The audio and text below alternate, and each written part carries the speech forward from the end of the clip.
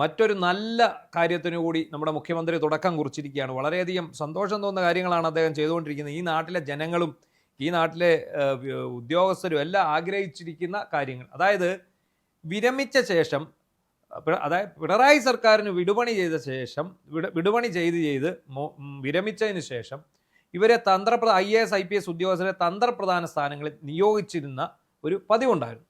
ആ പതിവിന് അന്ത്യം കുറിക്കുന്നു. ആദ്യമായിട്ട് ഈ അസാപ് ഡയറക്ടർ ഉഷ ടൈറ്റസ്, മുൻ ജില്ലാ കളക്ടറും ചീഫ് ഉന്നത വിദ്യാഭ്യാസ സെക്രട്ടറി ഒക്കെ ആയിരുന്നുണ്ട് ഉഷ ടൈറ്റസ്. വിരമിച്ച ശേഷം അസാപ് ഡയറക്ടർ 2021 വിരമിച്ച അവർ 2026 തുടരുകയായിരുന്നു. അതിലേക്ക് കൊണ്ടുവന്നാണ് നല്ല ക്ലീൻ ആയിട്ട് എടുത്ത് കളഞ്ഞു. ഡോക്ടർ ബി അശോക്, അദ്ദേഹം higher education secretary, principal secretary അദ്ദേഹമാണല്ലോ. അദ്ദേഹം പോലെ കൊടുത്തു. അതിന്റെ ആവശ്യമേ ഉള്ളൂ. ഈ അസാപ്പ് എന്താണെന്നറിയാമോ? വിദ്യാർത്ഥികൾക്ക് അങ്ങാണ്ട് നൈപുണ്യ വികസനമോ അത്തരം കാര്യങ്ങൾ. അതായത് 2012 ഇത് രൂപീകരിക്കുന്നത് അസാപ്പ് എന്ന് പറയുന്നത്. അതായത് സ്കൂളുകളിലും കോളേജുകളിലും നൈപുണ്യ വികസനം, പരിശീലനം, തൊഴിലധിഷ്ഠിത കോഴ്സുകൾക്ക് മാർഗനിർദ്ദേശം. ഇത് ഉന്നത വിദ്യാഭ്യാസ വകുപ്പിന് കീഴിലാണുള്ളത്. ഇതിനൊരു ഡയറക്ടർ ആവശ്യമില്ല. CMD ചെയർമാൻ മാനേജിംഗ് ഡയറക്ടറാണ്. ഇന്നോവ കാറ് ഉറപ്പായി. അന്ന് വാങ്ങിച്ച കൂറ്റൻ പെൻഷൻ, അന്ന് റിട്ടയർ കാലത്ത് വാങ്ങിച്ച ശമ്പളം ഇവിടെ കിട്ടും. അപ്പൊ എന്തായാലും എനിക്ക് തോന്നുന്നു ഒരാളെ ആയിട്ടുള്ളൂ. ഡോക്ടർ ബി അശോക് പിന്നെ അദ്ദേഹം വളരെ യോഗ്യനായ ഒരാളാണ്. അല്ല, എനിക്ക് തോന്നുന്നു അദ്ദേഹം തന്നെയാണെന്ന് തോന്നുന്നു ഇങ്ങനെ ഒരു തീരുമാനം എടുത്തത്. കാരണം ഇത് അധിക ചെലവാണ്. ഇങ്ങനെ ചെലവ് ചുരുക്കൽ. വേറൊരു ഇരിപ്പുണ്ട് കൊച്ചി മെട്രോയുടെ തലപ്പത്ത്, അവിടെ നമ്മുടെ പഴയ നീണ്ട ലിസ്റ്റാണ്. കിഫ്ബിയിൽ ഒരു കുളത്തലവൻ ചാടിയതേ ഉള്ളൂ. ബാക്കിയുള്ളവരുടെ തന്നെ മിനി ആന്റണി അവിടെ തന്നെ ഉണ്ട് ഇപ്പോഴും. കിഫ്ബിയെ ഉടച്ചു വാർക്കാൻ പോകാം. പഴയ DGPമാര്, പഴയ സെക്രട്ടറിമാര്, എത്ര പേര്. നമ്മൾ ഇക്കാര്യത്തിൽ നമ്മൾ അന്തസ്സോടെ നമ്മൾ ഓർക്കേണ്ട ചില പേരുകളുണ്ട്. ഒന്ന് വിജയൻ ഉണ്ണി എന്ന് കേരളത്തിലെ ചീഫ് സെക്രട്ടറി ഒരാളുണ്ട്. അദ്ദേഹം റിട്ടയർ ആയിട്ട് ഒരു സ്ഥാനം സ്വീകരിക്കാൻ പോയിട്ടില്ല. അദ്ദേഹം ഇപ്പോഴും ഡോക്ടർ വിജയൻ ഉണ്ണി. ഡോക്ടർ വേണു സ്വീകരിച്ചില്ല. അതിന്റെ ഭാര്യ ശാരദ മുരളീധരൻ സ്വീകരിച്ചിട്ടില്ല. അതായത് സത്യസന്ധരായിട്ടുള്ള ഉദ്യോഗസ്ഥരാരും ഇതിന് മറ. ചിലർക്ക് സത്യസന്ധതയല്ല പ്രശ്നം, അവർക്ക് ദാഹം തീരില്ല. ഈ ഭരിച്ചിട്ട് സർക്കാരിനെ സേവിച്ച് ദാഹം തീരില്ല. ചില റിട്ടയർഡ് IAS ഉദ്യോഗസ്ഥന്മാര് ഈ രാഷ്ട്രീയക്കാരനെ കാണുമ്പോഴേ ഈ കുനിഞ്ഞിന്ന് തൊഴിൽ ഒരു കാഴ്ചയാണ് നമ്മൾ കണ്ടത്. ഇത്രയും ഇവർക്ക് നടുവളയാൻ പറ്റുന്നുള്ള നമുക്ക് അത്ഭുതം. യോഗ പഠിച്ചിട്ടാണ് ഇവരിങ്ങനെ കുനിഞ്ഞ് തൊഴിൽ. എന്നെ അതിശയപ്പെടുത്തുന്ന മറ്റൊരു കാര്യം, നമ്മൾ ഈ സർക്കാരുമായിട്ട് സംബന്ധിച്ച് ഇതുപോലുള്ള കാര്യങ്ങളിൽ ഒരു വീഡിയോ ഇട്ടാൽ അതിനടിയിൽ ഏറ്റവും ആൾക്കാർ വന്ന് തെറി വിളിക്കുന്നത് ജയതിലകനെയാണ്. ഇപ്പോഴും നമ്മുടെ ഒരു വീഡിയോ കൊടുത്തതിനകത്ത് ഈ ചീഫ് സെക്രട്ടറി എന്ന് പറയുന്നതിനെ എടുത്ത് ഇതുവരെ എന്തുകൊണ്ട് ദൂരെ കളഞ്ഞില്ല. അല്ല, മാത്രമല്ല ഈ സർക്കാരിന്റെ എല്ലാ പരിപാടിയും അയാൾ വലിഞ്ഞേറുന്ന മുഖ്യമന്ത്രി അടുത്ത് നിൽക്കുന്നുണ്ട്.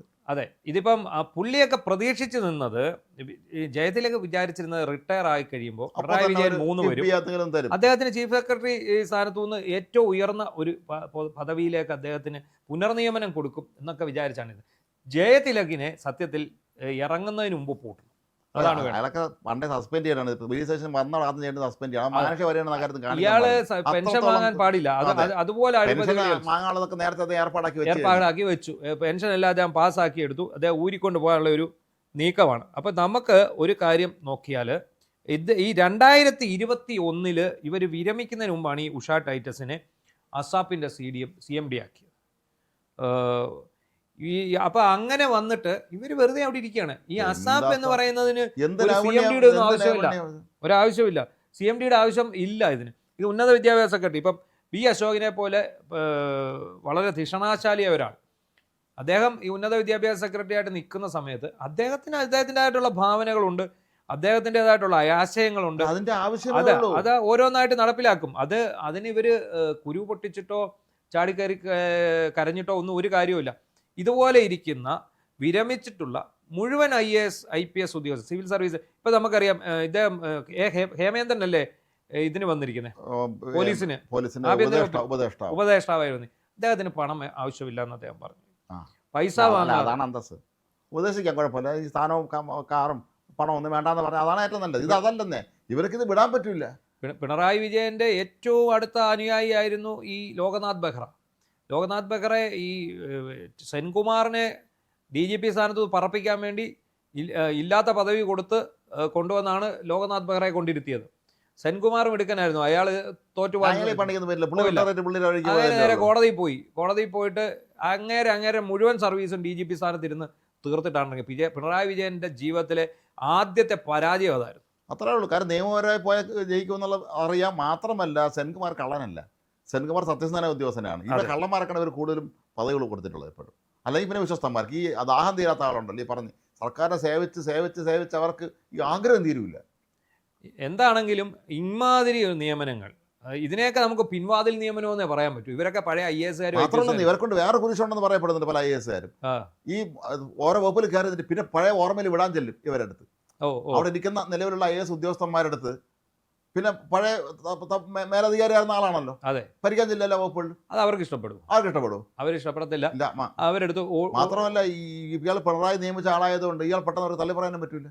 ഇയാൾ പറഞ്ഞ എല്ലാ തോന്നിയ ദിവസം അംഗീകരിച്ചു കൊടുക്കേണ്ടി വരും. മാത്രമല്ല ഇവർ കുറെ പേരെങ്കിലും ഏതെങ്കിലും വൻകിട കമ്പനികളുടെ ഏജന്റുമാരും ആയിരിക്കും. പിന്നെ അത്തരം താല്പര്യങ്ങൾ അവിടെ നടപ്പിലാക്കുക. എല്ലാവരും അല്ല, കുറെ പേര് അങ്ങനെയൊക്കെ ആയിരിക്കും. അപ്പോൾ ഇത് ഇപ്പം നമുക്ക് പഴയ ചീഫ് സെക്രട്ടറി BP ജോയ് അദ്ദേഹത്തെ ഈ പൊതുമേഖലാ സ്ഥാപനങ്ങളുടെ MD ചെയർമാനെ നിയമിക്കാനുള്ള ഒരു സ്ഥാപനത്തിൻ്റെ ചെയർമാനാക്കിയിരിക്കുകയാണ്. അദ്ദേഹത്തിന് കിട്ടുന്ന ശമ്പളത്തെക്കുറിച്ച് നമ്മൾ കണ്ടിരുന്നില്ലേ? ഈ കേരളത്തിൽ എത്ര പൊതുമേഖലാ സ്ഥാപനമുണ്ട്? ഉള്ളതെല്ലാം പൂട്ടിപ്പോയി. ഇതിനു വേണ്ടി നമ്മൾ തിരുവനന്തപുരത്ത് വെള്ളയമരത്തിന് മുമ്പ് എയർ ഇന്ത്യയുടെ ഒരു ഓഫീസ് വലിയൊരു കൊട്ടാരം പോലെ അതിന് സംസ്ഥാന സർക്കാർ ഏറ്റെടുത്തിട്ട് അതങ്ങ് റിനോവേറ്റ് ചെയ്ത് കുറച്ചുകൂടെ എയർ ഇന്ത്യയെക്കാളും ആഡംബരമുള്ള ഒരു ഓഫീസാക്കി മാറ്റി.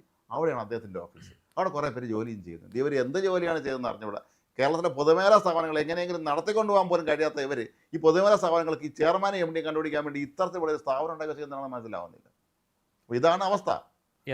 എന്താണെങ്കിലും ഇത്തരം ജനങ്ങളുടെ കയ്യടി കിട്ടുന്ന ഏറ്റവും നല്ല പ്രവൃത്തിയാണ് ഇത്. അതെ, വിരമിച്ച ഇവർക്കൊക്കെ എത്ര ലക്ഷം രൂപ പെൻഷൻ ഉണ്ട്? അതാണ് പെൻഷൻ കൂടാതെ ഈ ശമ്പളം ഇവർക്ക് ഇവിടെ കിട്ടുന്ന ശമ്പളം റിട്ടയർ ചെയ്ത കാലത്തുള്ള ശമ്പളമായിരിക്കും. അതെ, ലക്ഷം രൂപ വരെ. അതിനുവേണ്ടിയാണ് ഈ റിട്ടയർ ചെയ്യുന്നതിന് മുമ്പ് ഇങ്ങനത്തെ ഒരു പോസ്റ്റിലോട്ട് കയറ്റി വെക്കുന്നത്. എന്താണെങ്കിലും ഉഷ ടൈറ്റസിന്റെ നീക്കിയത് ഒരു തുടക്കമാട്ടെ. അത് B അശോകിന്റെ അദ്ദേഹത്തിന്റെ മാത്രം ഒരു കഴിവാണ്. അതുകൊണ്ട് തന്നെയാണ് എടുത്ത് കളഞ്ഞതെന്ന് തന്നെ നമുക്ക് പറയാം. അദ്ദേഹമായിരിക്കും അത് സംബന്ധിച്ച് റിപ്പോർട്ട് കൊടുത്തിട്ടുള്ളത്. അവരെ അതുപോലെ അതാത് വകുപ്പ് സെക്രട്ടറിമാർക്ക് റിപ്പോർട്ട് കൊടുക്കാൻ ആവശ്യപ്പെട്ടാണ് ഇവരെ ഇനി അവിടെ വെച്ചേക്കേണ്ട ആവശ്യമുണ്ടെന്നുള്ള. എന്താവശ്യം? ഒരാവശ്യമില്ലല്ലോ.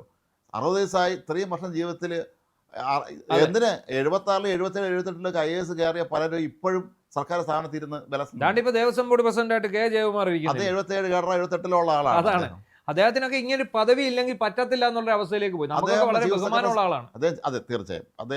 അദ്ദേഹം ചീഫ് സെക്രട്ടറി സ്ഥാനത്ത് നിന്ന് ഇറങ്ങിയ ഉടൻ തന്നെ തിരൂർ തുഞ്ച യൂണിവേഴ്സിറ്റിയുടെ വൈസ് ചാൻസലർ, പിന്നെ IMG ഡയറക്ടറായി. അങ്ങനെ ഓരോരോ പദവികൾ അദ്ദേഹത്തിന് ഇപ്പോൾ ദേവസ്വം ബോർഡ് പ്രസിഡന്റായി. ഇതൊക്കെ ഇവരെങ്കിലും സ്വയം മനസ്സിലാക്കണ്ടേ? അല്ലെങ്കിൽ എന്തായാലും VD സതീശന്റെ സർക്കാർ ഒരു നല്ല തുടക്കമാണ്. ഇതൊരു നല്ല കീഴ്വഴക്കമാണ്. ഇതെല്ലാം ഡിപ്പാർട്ട്മെന്റിലും വേണമെന്നുള്ളത്. കുറച്ചാൽ മുമ്പ് ആരോ സോഷ്യൽ മീഡിയയിൽ ഇട്ടിരുന്നതാണ്. ഏതോ ഇതുപോലെ റിട്ടയർ ചെയ്ത ഒരു IAS കാരന് ഏതോ വലിയ പദവി പിടിച്ചു വെച്ചാൽ അയാൾക്ക് മൊബൈൽ ഫോൺ വാങ്ങണമെന്ന് പറഞ്ഞു. iPhone തന്നെ വേണം, സർക്കാർ iPhone വാങ്ങിക്കൊടുത്ത്. അപ്പോഴാണ് ഇയാൾ പറയുകയാണ് ഇതിൻ്റെ കവർ വാങ്ങിക്കാൻ വേറെ പൈസ വേണമെന്ന്. ഇത്രയും പെൻഷൻ ഈ പൈസ ഇവർക്ക് കൊണ്ട് പൈസ വിഴുങ്ങാണെന്നാണ് ഞാൻ ആലോചിക്കുന്നത്. പൈസ ഇവരൊക്കെ മക്കൾ വിദേശ രാജ്യങ്ങളിലാണ്. 80% റിട്ടയർഡ് IAS IPS കാരുടെയൊക്കെ തന്നെ. അല്ല അമേരിക്കയിലും ഒക്കെ വലിയ നിലയിൽ മൾട്ടിനാഷണൽ കമ്പനിയിൽ ജോലിയായിരിക്കും. എന്നിട്ടും ഈ പൈസ കൊണ്ട് ഇവർക്ക് ആക്രമണം തീരുന്നില്ലല്ലോ എന്നാണ്. എന്തായാലും ഇത്തരം പ്രവർത്തികൾ തുടർന്നു പോകണമെന്ന് തന്നെയാണ് VD സതീശൻ സർക്കാരിനോട് ജനങ്ങളുടെ ഭാഗത്തു നിന്ന് ഞങ്ങൾക്ക് അഭ്യർത്ഥിക്കാനുള്ളത്.